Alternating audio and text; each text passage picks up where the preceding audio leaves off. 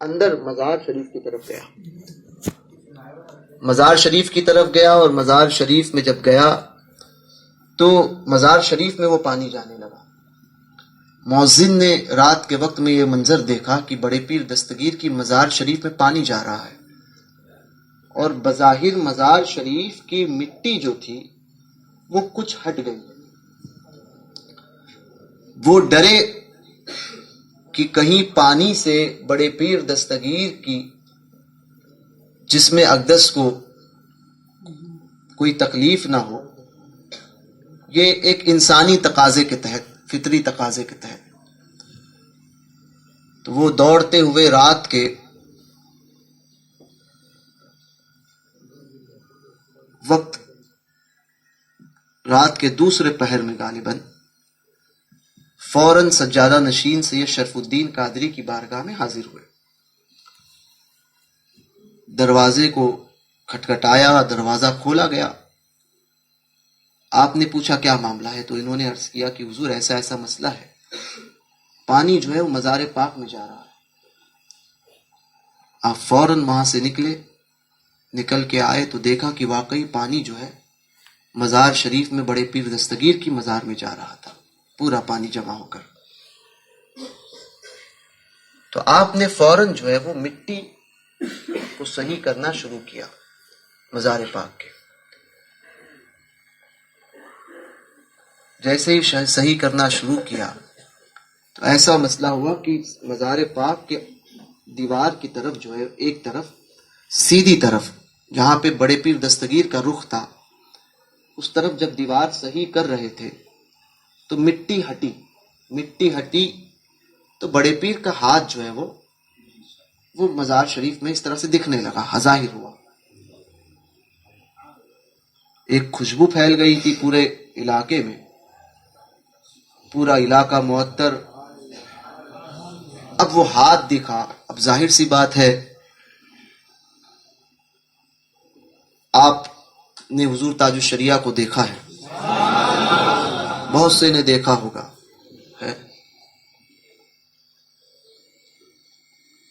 جب کوئی دیکھتا تھا تو اس کی خواہش ہوتی تھی کہ دست بوسی کر لے.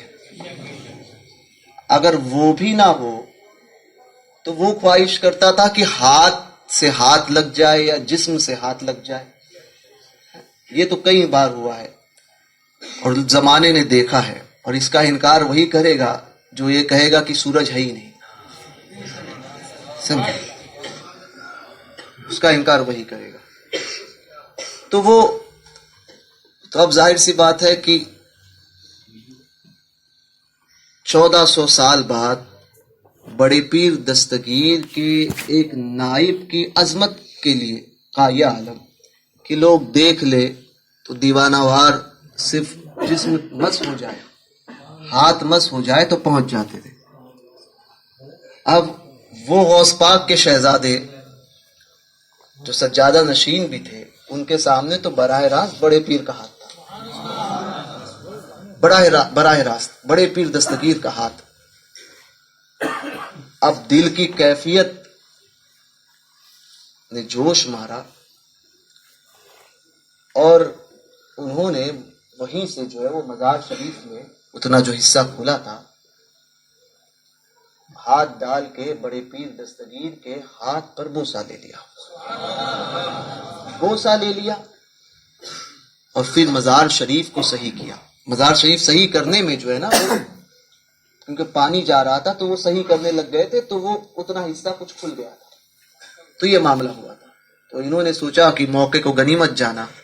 ظاہر سی بات ہے کہ آپ نے دیکھا کہ تاج الشریعہ کو غنیمت اگر کسی کو اس طرح سے موقع مل جائے تو انسان تو، بعض نے تو حیدرآباد میں کپڑا تک پھاڑا تھا، حضرت کا پیچھے سے کرتا پھاڑ دیا تھا اتنا بڑا، سمجھے، تبرک کے طور پہ ایک شخص نے پیچھے سے. تو حضرت اس وقت مفتی مجیب اشرف صاحب حضرت کے ساتھ میں تھے، اشرف الفقہ. تو حضرت کو بتایا گیا کہ کسی نے کرتا پھاڑ دیا ہے، تو حضرت بڑے جلال میں آئے.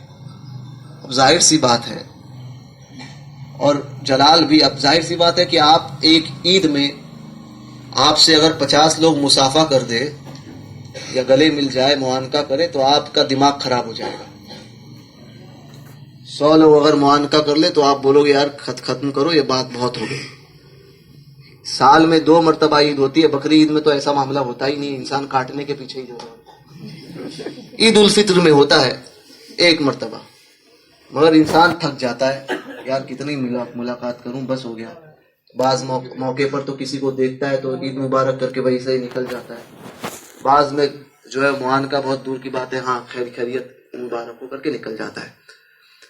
سال میں 1 مرتبہ عید ہوتی ہے، 50 لوگ سے ملنے کے لیے آپ کے سر پہ جو ماتھے پہ بل پڑ جاتے ہیں، اور جس کے لیے روز عید ہو اس کا حال کیا ہوگا؟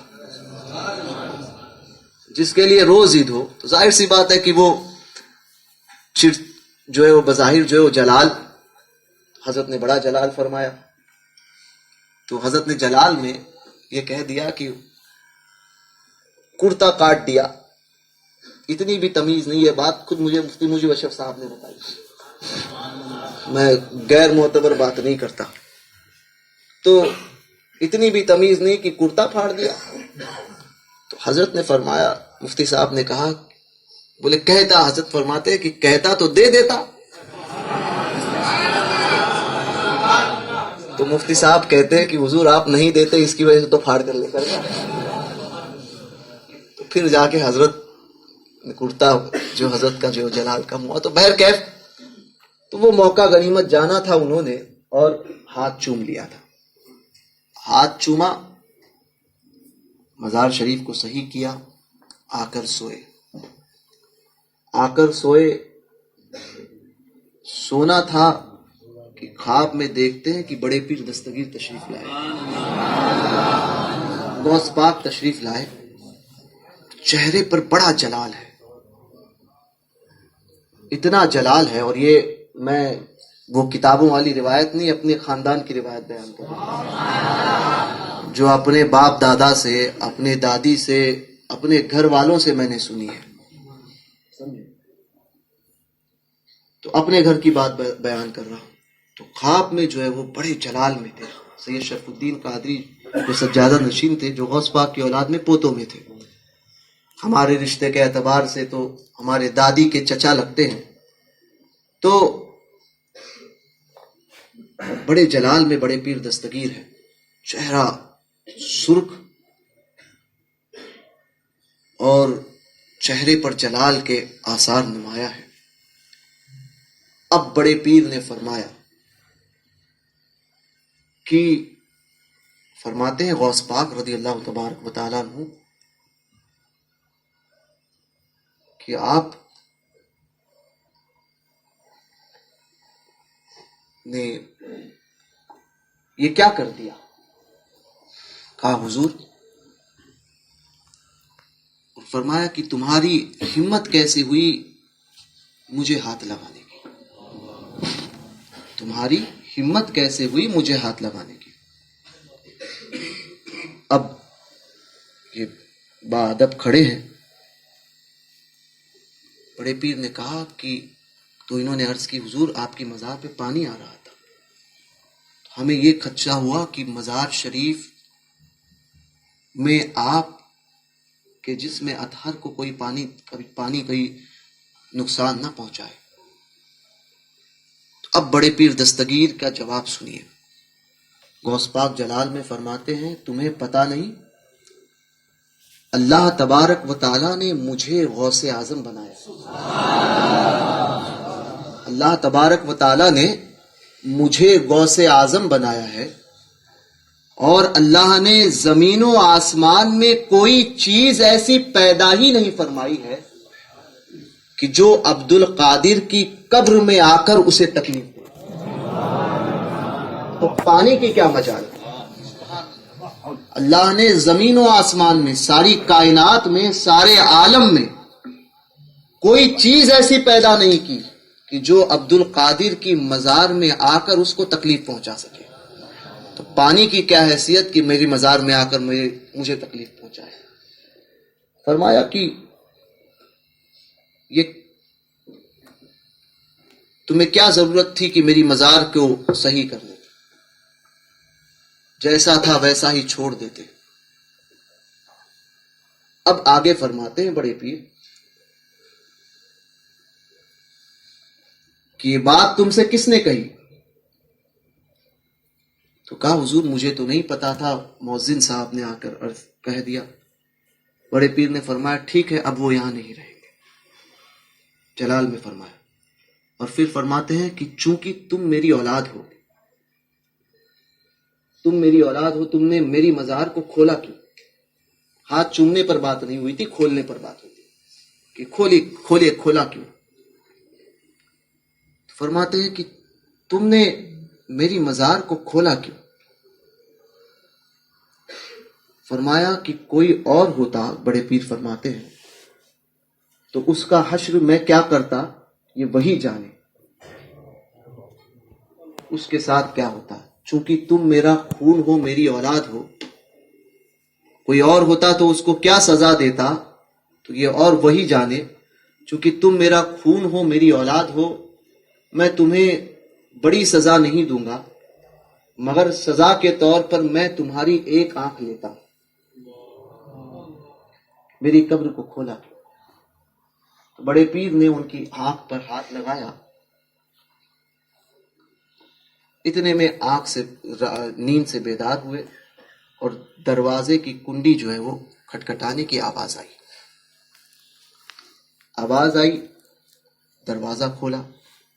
جیسے ہی بیدار ہوئے تو اپنی والدہ سے کہنے لگے کہ امی مجھے ایک آنکھ سے دکھائی نہیں، الٹی آنکھ سے دکھائی نہیں دے رہا ہے۔ ان کی والدہ نے فرمایا کیا بات ہے؟ اتنے میں کنڈی کھٹکھٹائی گئی، دروازہ کھولا۔ دروازہ کھولتے ہیں تو دیکھتے ہیں کہ لوگ حاضر ہیں، تہجد کا وقت ہو چکا تھا، فجر کا وقت شروع ہو گیا تھا۔ لوگوں نے پوچھا کہ کیا بات ہے، آپ لوگ کیوں حاضر آئے؟ کہنے لگے حضور مؤذن صاحب دروازہ نہیں کھول رہے۔ تو بڑے پیر تو آپ چل کے دیکھیے، آپ گئے دروازہ طرف، مؤذن کے حجرے کی طرف، دروازہ ٹھوکا گیا، کھٹکھٹایا گیا، نہیں کھلا۔ بالآخر جو ہے وہ دروازے کو توڑا گیا۔ توڑتے ہیں تو غوث پاک نے فرمایا تھا کہ اب وہ یہاں نہیں رہیں گے، توڑ کر دیکھتے ہیں کہ مؤذن کا انتقال ہو چکا تھا۔ یہ بڑے پیر دستگیر کا جلال تھا۔ عرض یہ کر رہا تھا، بات کہاں سے کہاں چلی گئی کہ یہ بڑے پیر دستگیر رضی اللہ تبارک و تعالیٰ عنہ مزار شریف، تو بڑے پیر دستگیر کی مزار جو ہے وہ کو تاتاریوں نے جو ہے چھیڑا نہیں تھا، وہاں پر جانے کی ہمت نہیں ہوئی۔ خود فرماتے ہیں کائنات میں کوئی چیز ایسی نہیں جو عبد القادر کی قبر میں آ کر یا اس کی قبر کو ایذا پہنچائے۔ بات بھی صحیح ہے، جو سلطان الاولیاء ہو، اس کی عظمت، اس کی بزرگی اور اس کے مقام کو کوئی کیا سمجھ سکتا ہے جب اولیاء کاملین سمجھ نہ سکے۔ اسی لیے اعلیٰ حضرت نے فرمایا سر بھلا کیا کوئی جانے کہ ہے کیسا تیرا، اولیاء ملتے ہیں آنکھیں وہ ہے تلوا تیرا۔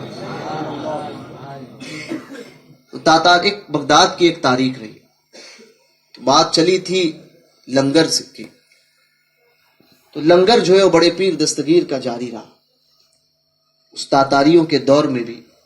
اس کے بعد میں اب حال میں اتنے معاملات ہوئے، کچھ معاملات پیش آئے، تو ان معاملات میں بھی دیکھے آپ نے جو حکومت نے جو معاملات کیے تھے،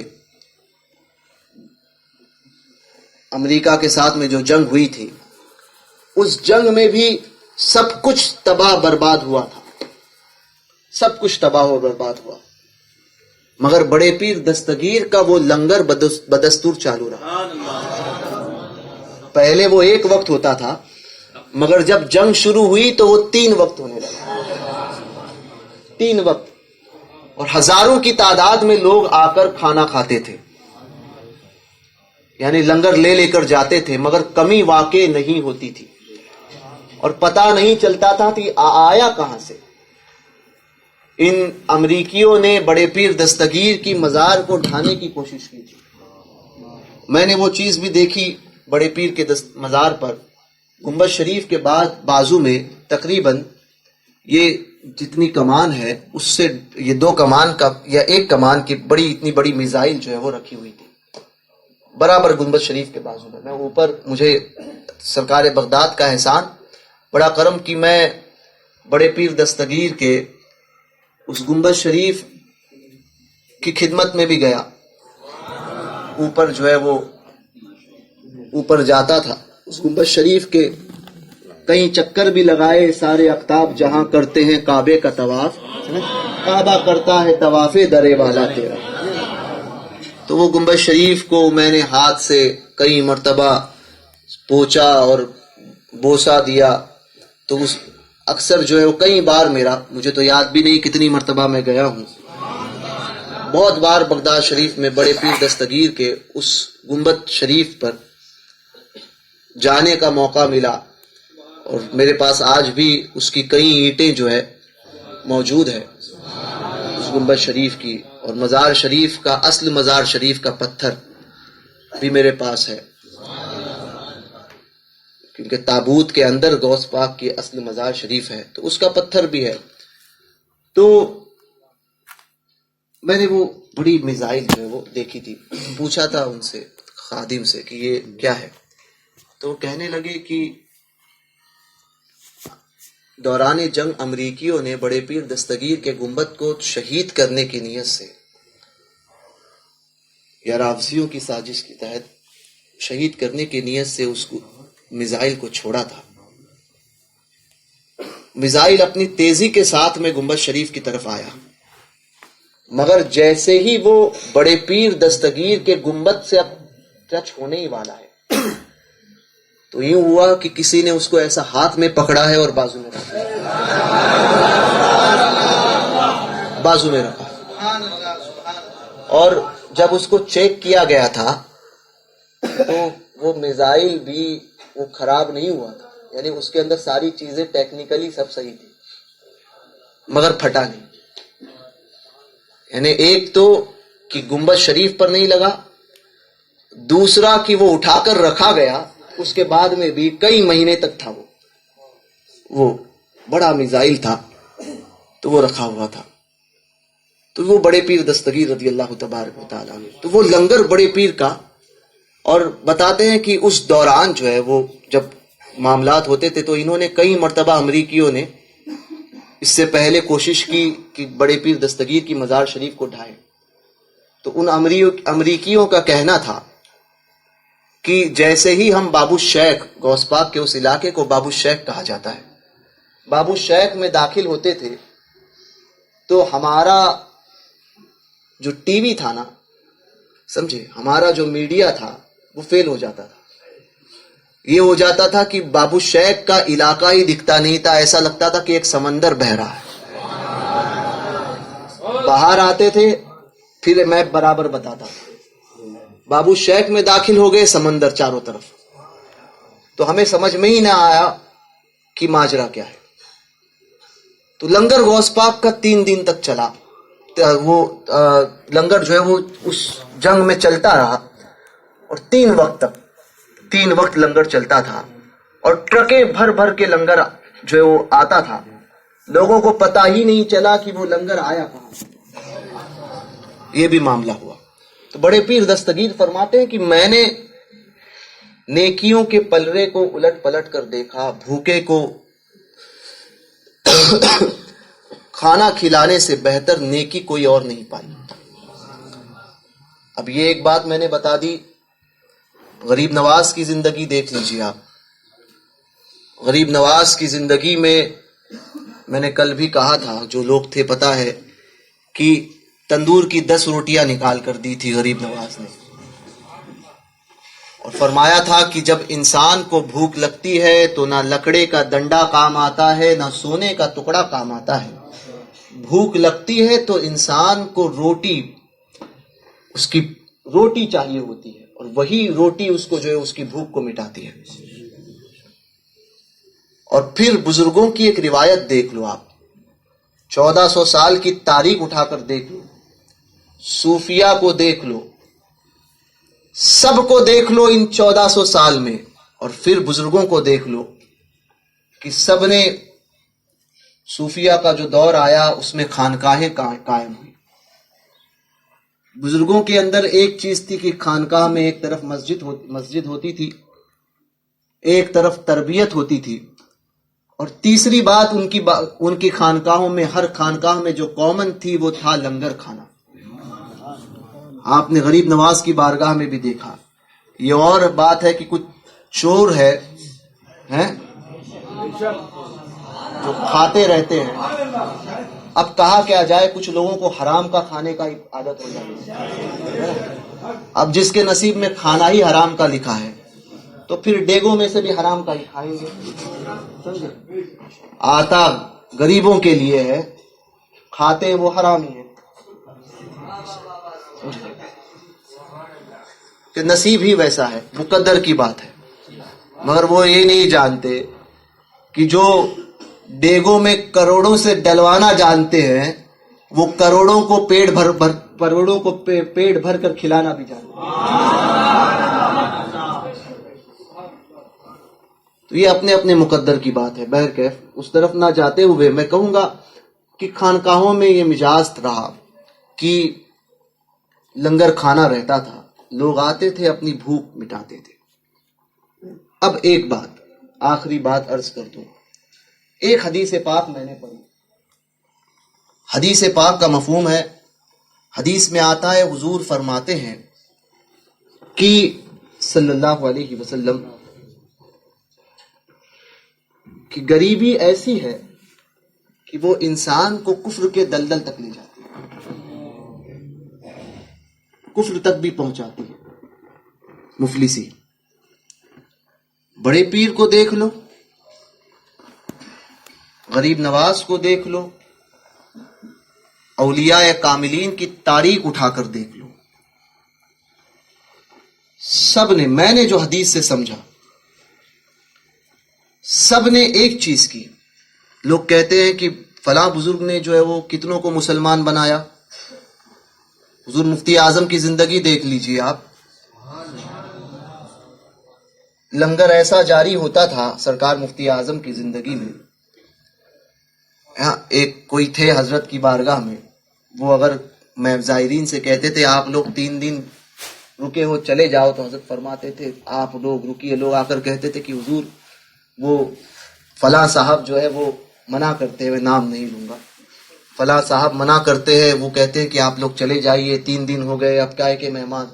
تو حضرت فرماتے تھے انگریز کھوپڑا ہے جانے. سمجھ گیا؟ انگریز کھوپڑا ہے جانے تو جانے دو، آپ رہیے میں کہتا ہوں، آپ رہیے میں کہتا ہوں، آپ رہیے. وہی لنگر جاری ہوتا تھا حضور مفتی اعظم کی بارگاہ سے.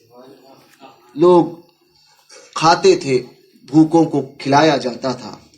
چھوبی کا معاملہ ایسا تھا، حضرت کی اہلیہ کو چھوبی صاحبہ کہتے تھے. سمجھے؟ دراصل وہ حجت الاسلام کی اہلیہ کو بڑی بی صاحبہ کہتے تھے، اور حضور مفتی اعظم کی اہلیہ چونکہ چھوٹی تھی تو چھوٹی بی صاحبہ کہتے تھے. تو اب لوگوں نے جو ہے آسانی کے لیے ٹی ہٹا دیا تھا. سمجھے؟ تو چھوبی اور صاحبہ کا ہیبا بھی ہٹا دیا تھا، چھوبی سا. سمجھے؟ چھوٹی بی صاحبہ، تو چھوبی سا کہتے تھے. تو سخاوت کا عالم خود اعلیٰ حضرت فرماتے ہیں بچپن میں، اپنی اعلیٰ حضرت کی سگی بھتیجی تھی حضور مفتی اعظم کی اہلیہ. بچپن میں جب یہ رشتہ بھی نہیں ہوا تھا، کچھ بھی نہیں ہوا تھا، جب اعلیٰ حضرت کی نگاہ وضو فرما رہے تھے اور 4-5 سال کی عمر تھی چھوبی سا کی، تو وہ گزری تھی اعلیٰ حضرت کی نظروں کے سامنے سے، گھر کی دالان سے. تو اعلیٰ حضرت وضو فرماتے ہوئے اپنی اس بھتیجی کو دیکھ کر اعلیٰ حضرت مسکرا دیے اور فرمایا تھا کہ میری یہ بیٹی بڑی سخی ہوگی. پھر اعلیٰ حضرت نے اپنے ہاتھ کے اشارے سے فرمایا تھا کہ سخاوت میں اس کا ہاتھ ایسا ہوگا اور بڑے اچھے گھر میں جائے گی اور بڑا اچھا شوہر پائے گی. بڑے اچھے گھر میں جائے گی اور بڑا اچھا شوہر پائے گی. تو زمانے نے دیکھا کہ بڑے اچھے گھر میں گئی، اعلیٰ حضرت کا ہی گھر ملا، بڑے ابا کا گھر ملا اور بڑا اچھا شوہر پایا، مفتی اعظم جیسا شوہر پایا. تو زمانے نے دیکھا. تو سخاوت چھوبی کی بڑی مشہور ہے. تو بمبئی سے کسی صاحب نے چھوبی کو چھوبی کے لیے سونے کے کنگن بنا کر لائے تھے. تو اپنے گھر والوں کے ساتھ آئے تھے. تو گھر کی خاتون نے حضرت کو اس وقت چھوبی صاحب کو سونے کے کنگن بڑے جو ہے وہ پیش کیے. تو امی چھوبی نے جو ہے وہ مخدومہ نے مادر اہل سنت نے ان کو دیا. کہا کہ امی حضور یہ آپ کی نظر ہے. تو کہا کہ اس کی کیا ضرورت تھی, اللہ برکتیں دے. اور چھوبی نے جو ہے وہ اپنے بستر کے جہاں پر پاندان رکھا ہوا تھا بازو میں رکھ دیا.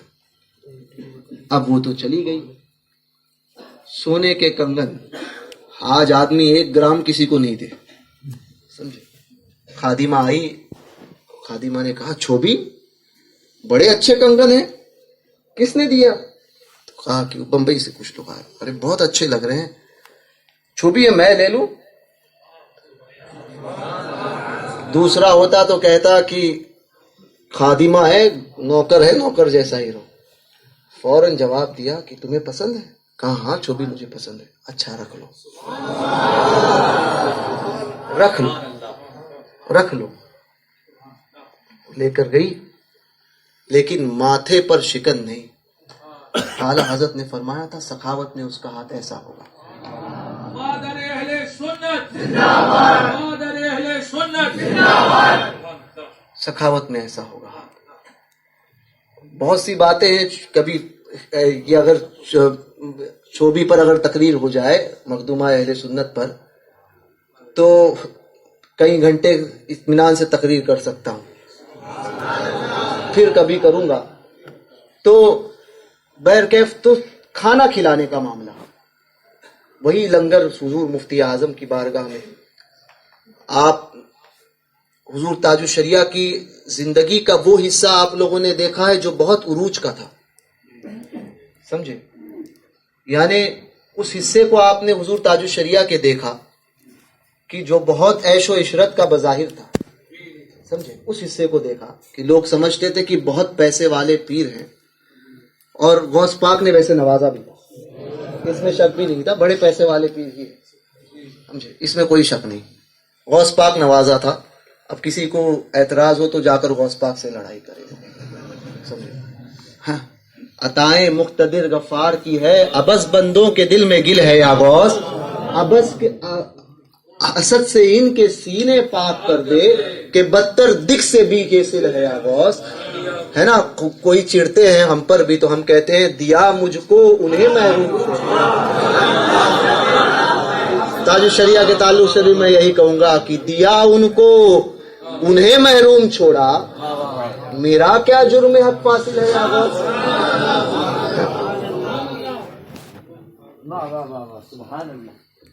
تو یہ حال.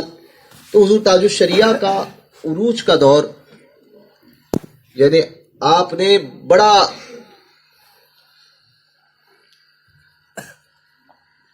مقبولیت والا دور دیکھا. ویسے تو علامہ ارشد کہتے تھے کہ ہم نے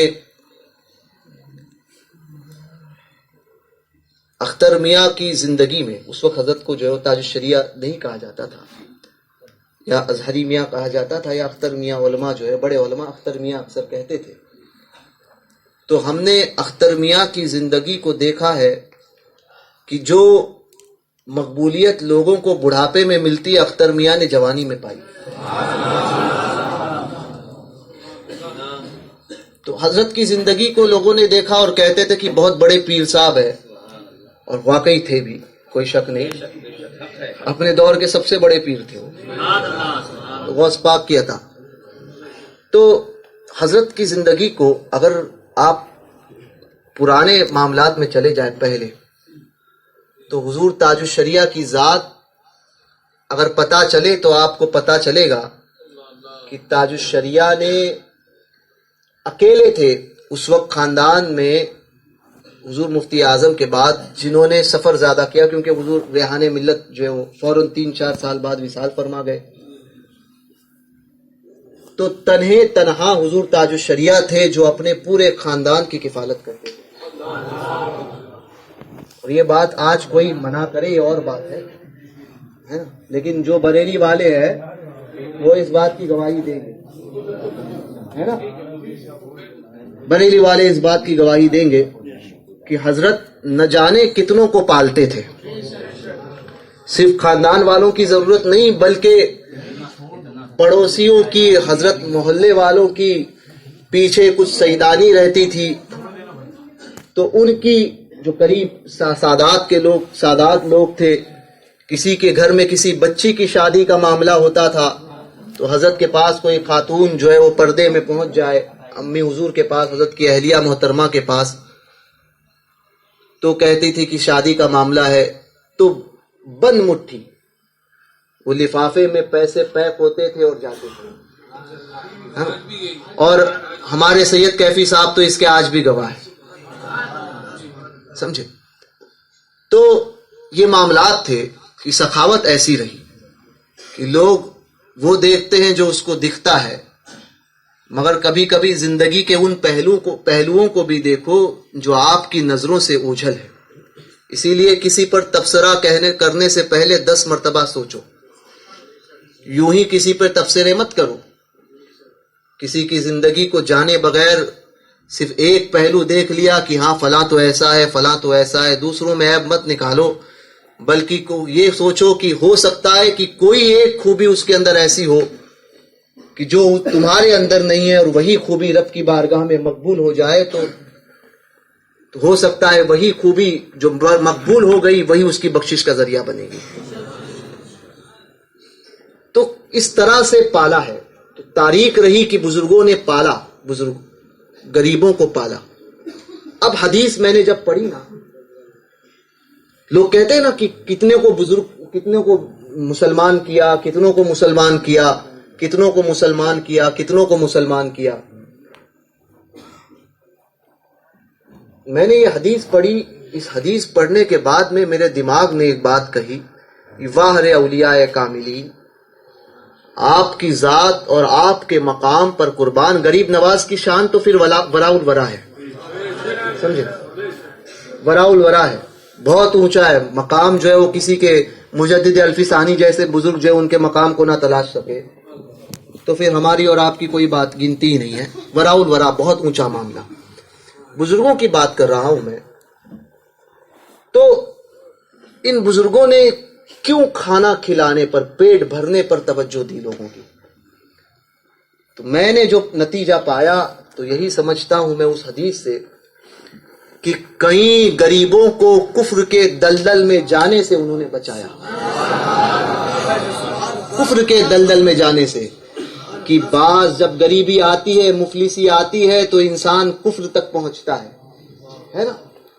تو انہوں نے بچایا کہ پیٹ بھرے گا تو کفر نہیں کرے گا. اسی لیے غریبوں کو کھلاؤ، غریبوں کا دھیان رکھو. آپ کے پڑوس میں جو ضرورت مند ہے، ہزاروں روپیہ، لاکھوں روپیہ جلسوں پہ خرچہ کرتے ہو، لاکھوں روپیہ جو ہے وہ یوں ہی پیسے خرچ کرتے ہو، لاکھوں روپیہ نہ جانے عرس آتے ہیں تو چادروں پر اس نے 50 کی بنائی تو میں 1 لاکھ کی بناؤں گا، اس نے 2 کی بنائی تو میں 5 لاکھ کی بناؤں گا، اس نے 500 کے پھول پیش کیے تو میں 1000 کے پھول پیش کروں گا. بزرگوں کو اور خاص طور پہ غریب نواز کو راضی کرنا چاہتے ہو تو کبھی غریبوں کا پیٹ بھرو، سمجھے؟ کبھی یہ سوچو کہ ہمارے امام کے گھر میں راشن پہنچا ہے یا نہیں.